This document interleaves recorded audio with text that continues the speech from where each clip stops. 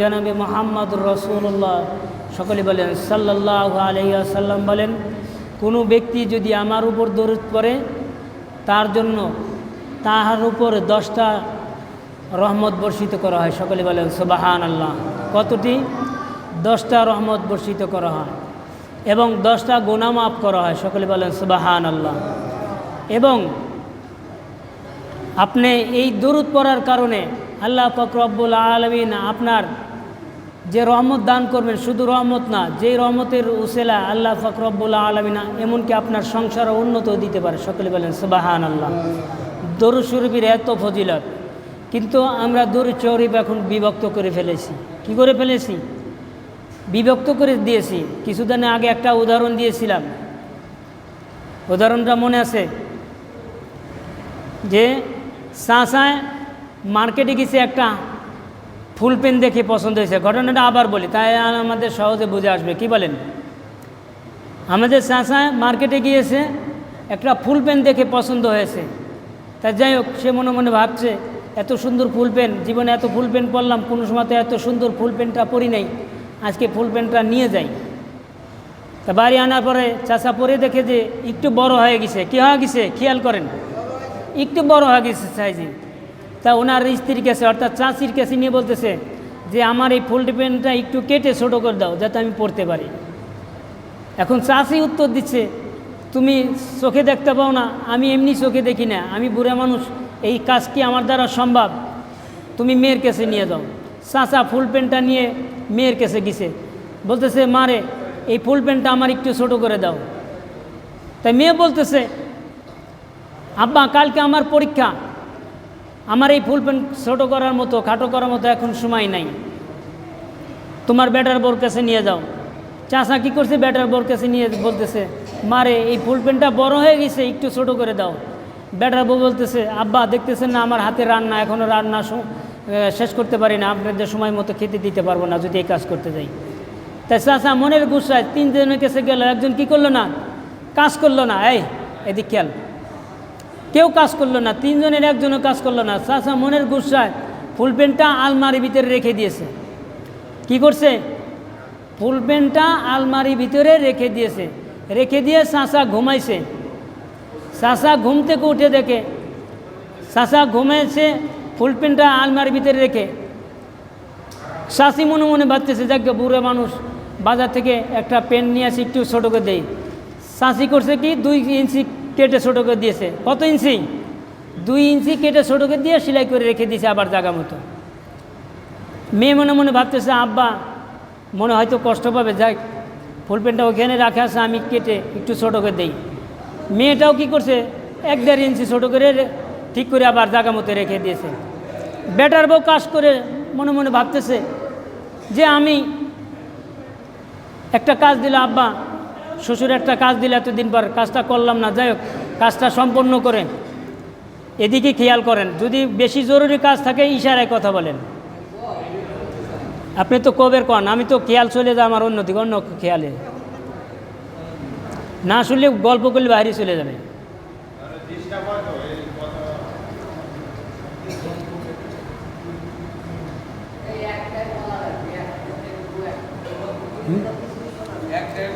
একটাই তো চলতেছে, একটাই।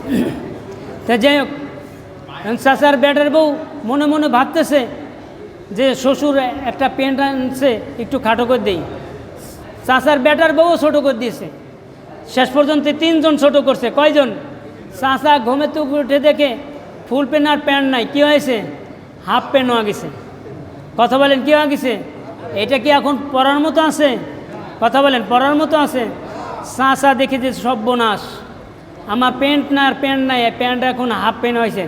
এই ফুল প্যান্ট এখন চাচা পরে কি বাইরে আসতে পারবে? কথা বলেন, এই ফুল প্যান্ট পরে চাচা এখন বাইরে লোক সমাজে চলাফেরা করতে পারবে না। ঠিক ইসলামটাও আমরা খাটো করে দিয়েছি, ছোটো করে দিয়েছি, যে নামাজ পড়ার পরে নফল নামাজ পড়া লাগবে না, সুন্নতে মুআক্কাদা সেটাও পড়া লাগবে না। আস্তে আস্তে আমাদের কপাল থেকে সব কী হচ্ছে, বিলীন হয়ে যাচ্ছে, কোনোটাই নাই। নামাজের পরে মোনাজাত তো বাদই, ওটা তো বিদাত হয়ে গেছে। আমরা যা করবো সব বিদাত, আর তারা যা না করবে সব কি দাঁত হয়ে পড়ে থাকবে। কথা বলেন না কেন? তা আমাদের ইবাদতের ভিতরে এমন গুদামিল চলে আসছে যে ইবাদত আর ইবাদত হচ্ছে না। মাঝখান দিয়ে আর একটা ছোট্ট একটা উদাহরণ দিই। আমাদের ইবাদত কেন কবুল হয় না? এত কষ্ট করার পরে রোজা করি, নামাজ পড়ি, নামাজ কেন কবুল হয় না? আল্লাহ পাক রব্বুল আলামিন বলেন, ইন্নাস সালাতা তানহা আনিল ফাহশাই ওয়াল মুনকার। নামাজ যদি ফাহিশা কাজ থেকে বিরত রাখে, আমার নামাজটা কেন ফাহিশা কাজ থেকে বিরতি রাখে না? কারণটা কি? অবশ্যই কারণ আছে। কি বলেন? আমাদের খাদ্যের ভিতরে কি নাই?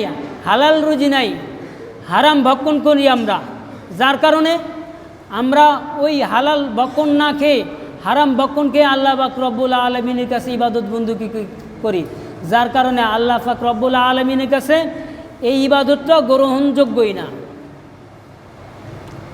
রমজান মাস চলতেছে। কি মাস? রমজান মাস।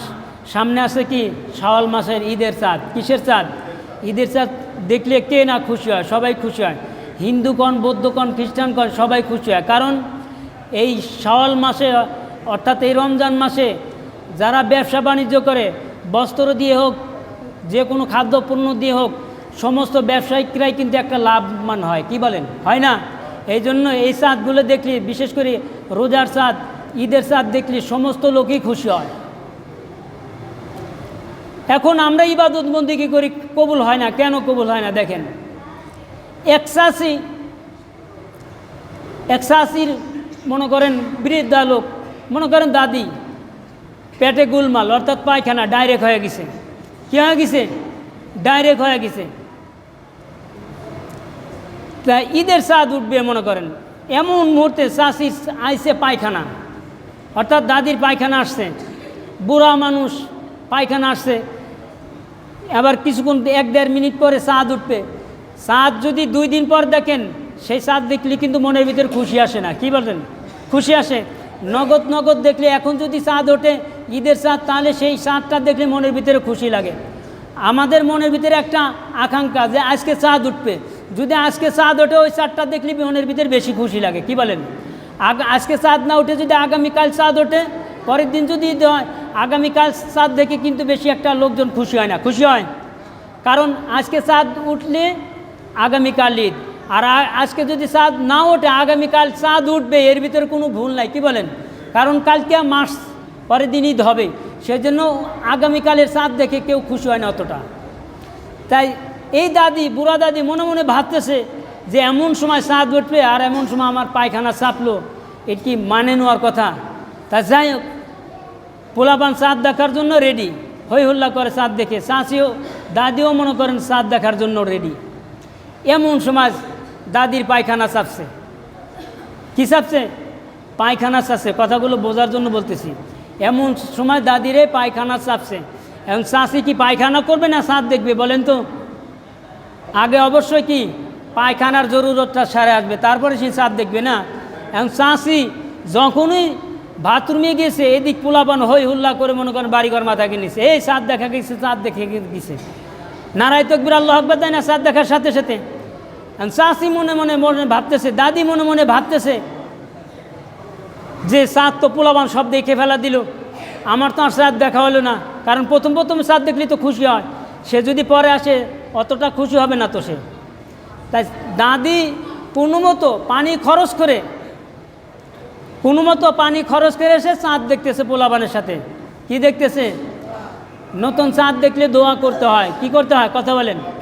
নতুন চাঁদ দেখে হাত তুলে আল্লাহ পাক রব্বুল আলামিনের কাছে যদি কোনো ব্যক্তি যে কোনো বিষয়ে দোয়া করে, ওই চাঁদের উসিলা করে আল্লাহ পাক রব্বুল আলামিন তার দোয়াকে কবুল করে নেয়। সকলে বলেন সুবহানাল্লাহ। আপনি কোনোদিন দোয়া করছেন? করেন নাই। খালি চাঁদ দেখে হই হুল্লা পর্যন্ত, বোমবাজি পর্যন্তই শেষ। এখন এই দাদি পানি খরচ করে এসে এখন হাত উঠে দোয়া করতেছে। হাত উঠে কী করতেছে? দোয়া করতেছে যে আল্লাহ চাঁদটা অনেক সুন্দর দিয়েছে, আগামী চাঁদে যেন আমরা এরকম হাত পাই, আবার যেন রোজা ঠিকমতো পালন করতে পারি, শাওয়াল মাসের ঈদের চাঁদ দেখে যেন আমরা আবার আগামীকাল কি করতে পারি? ঈদ পালন করতে পারি। ওই যে দাদি কিছুক্ষণ আগে যে পানি খরচ করে আসছে, পানি খরচ তো কোনো মতো করছে, পোলাপান চাঁদ দেখে ফেলাবে। কি বলেন? কোনো মতো পানি খরচ করার কারণে হাতে মলম লেগে আছে। কি লেগে আছে? কথা বলেন না কেন? হাতে মলম লেগে আছে। এখন যখন এই দাদি হাত উঠে যখন দোয়া করতেছে, হাত দিয়ে কী আসতেছে? মলমের ঘিরান আসতেছে, টাইগার বামের ঘিরান আসতেছে। কী বামের? এখন এই দাদি মনে মনে ভাবতেছে, আরে সর্বনাশ, এভাবে সাদ দিয়ে কি মলমের গন্ধ আসতেছে, কারণটা কি? টাইগার বামের গন্ধ আসতেছে, কারণটা কি? এখন আমি আপনাদের কাছে প্রশ্ন করি, আসলেই সাদ দিয়ে মলমের গন্ধ না শাশির বা দাদির হাত দিয়ে মলমের গন্ধ? কথা বলেন, কথা বলেন। তাহলে মলমের গন্ধ সাদ দিয়ে না, আপনার হাত দিয়ে। মলমের গন্ধ সাদ দিয়ে না, আমার মন দিয়ে। আমি যে ইবাদত করছি, এই ইবাদতের ভিতরে কোনো হালাল রুজি নাই, যার কারণে আমার ইবাদতও কী হয়েছে? ওই মলম মার্কা হয়েছে, বরবাদ হয়ে গেছে। এই জন্য আমরা ইবাদত বন্দী করলে কোনোটাই কাজে লাগে না। আপনি কোনো দোয়া করবেন আল্লাহ পাক রব্বুল আলামিনের কাছে, কোনো দোয়াই কবুল করতেছে না। কারণটা কি? আপনি একটু মনে ভেবে দেখেন যে আমি নামাজ পড়ি, আসলেই বাস্তব, কিন্তু নামাজ পড়তেছি, আমার সংসারে এত অভাব অনটন কেন? আল্লাহ পাক রব্বুল আলামিন বলেছেন তো, যে ব্যক্তি নামাজ পড়বে, 5 ওয়াক্ত নামাজ পড়বে, ওই ব্যক্তির জিম্মাদার আমি আল্লাহ পাক রব্বুল আলামিন। আল্লাহ পাক রব্বুল আলামিন এই অর্ডারটা, এই সিলেকশনটা, এই পরীক্ষাটা নেওয়ার পরেও আপনি যখন নামাজ আদায় করেন, কনে আপনার সংসারে কেন অভাব থাকে? আপনি এতটুকু বোঝেন না, আমার নামাজ হচ্ছে না। কি হচ্ছে না? আমার অভাব অনটন কেন সংসার থেকে যাচ্ছে না? আমার নামাজ হচ্ছে না। আমার সংসারে এই যে পোলাপানের অসুখ বিসুখ হচ্ছে, হাজার হাজার টাকা খরচ হয়ে যাচ্ছে, তাহলে বোঝা গেল কি? আমার নামাজ হচ্ছে না। যেখানে আল্লাহ পাক রব্বুল আলামিন বলেন, ইন্নাস সালাতা তানহা আনিল ফাহশাই ওয়াল মুনকার, নামাজ হচ্ছে সমস্ত কাজে ফাহশা থেকে বিরতি রাখবে। যখন আপনার নামাজের মতো হয়ে যাবে, তখন আপনার মনে থেকে চাবে যে না, আমি নামাজি ব্যক্তি। আমি কি ব্যক্তি? নামাজি ব্যক্তি। আমি নামাজি ব্যক্তি হয়ে এই কাম কোনো সময় করতে পারি না, অন্যর হাল ঠেলতে পারি না, অন্যর খাদ্যের ভিতরে আমি ভেজাল দিতে পারি না। এই খাদ্যের ভেজাল দেবে, এই খাদ্যটা তো আমার সন্তানও খেতে পারে। কি বলেন? এই খাদ্যটা তো আমার নাতিপুতিও খেতে পারে। আমি ভেজাল দিচ্ছি খাদ্যের ভিতরে, আমরা খাদ্যের ভিতরে ভেজাল দিচ্ছি, মসজিদে এসে তাহাজ্জুদ নামাজ পড়তেছি। কি বলেন? আছে না? জিন্দিগি তো কবুল হবে আপনার নামাজ, কোশ্চিনকালও কবুল হবে না, জিন্দিগি তো রোজা কবুল হবে না আপনার। সেই জন্য নামাজ, আল্লাহর হাবিব সাল্লাল্লাহু আলাইহি সাল্লাম বলেন, নামাজ ইবাদত বন্দেগী কবুল হওয়ার প্রথম শর্তই হালাল রুজি ভক্ষণ করতে হবে আপনার। হালাল রুজি ভক্ষণ করতে হবে আপনাকে, আমাকে। যদি হালাল রুজি, হালাল খেয়ে খেটে যদি কামাই করে অর্জন করে যদি ইবাদত বন্দেগী করতে পারেন, আল্লাহ পাক রব্বুল আলামিনের কাছে দোয়া করতে পারেন, তাহলে ওই ইবাদত বন্দেগীটা আল্লাহ পাক রব্বুল আলামিনের কাছে গ্রহণযোগ্য। যাই হোক, আল্লাহ পাক রব্বুল আলামিন আমাদেরকে সকল ইবাদত ভুল ত্রুটি অর্থাৎ ক্লেশমুক্ত যেন আমরা আল্লাহর কাছে ইবাদত করতে পারি এবং হালাল রুজি খেয়ে ইবাদত করতে পারি, সেই তৌফিক দান করে সকলে বলে আমিন। আখিরু দাওয়ানা আলহামদুলিল্লাহি রাব্বিল আলামিন।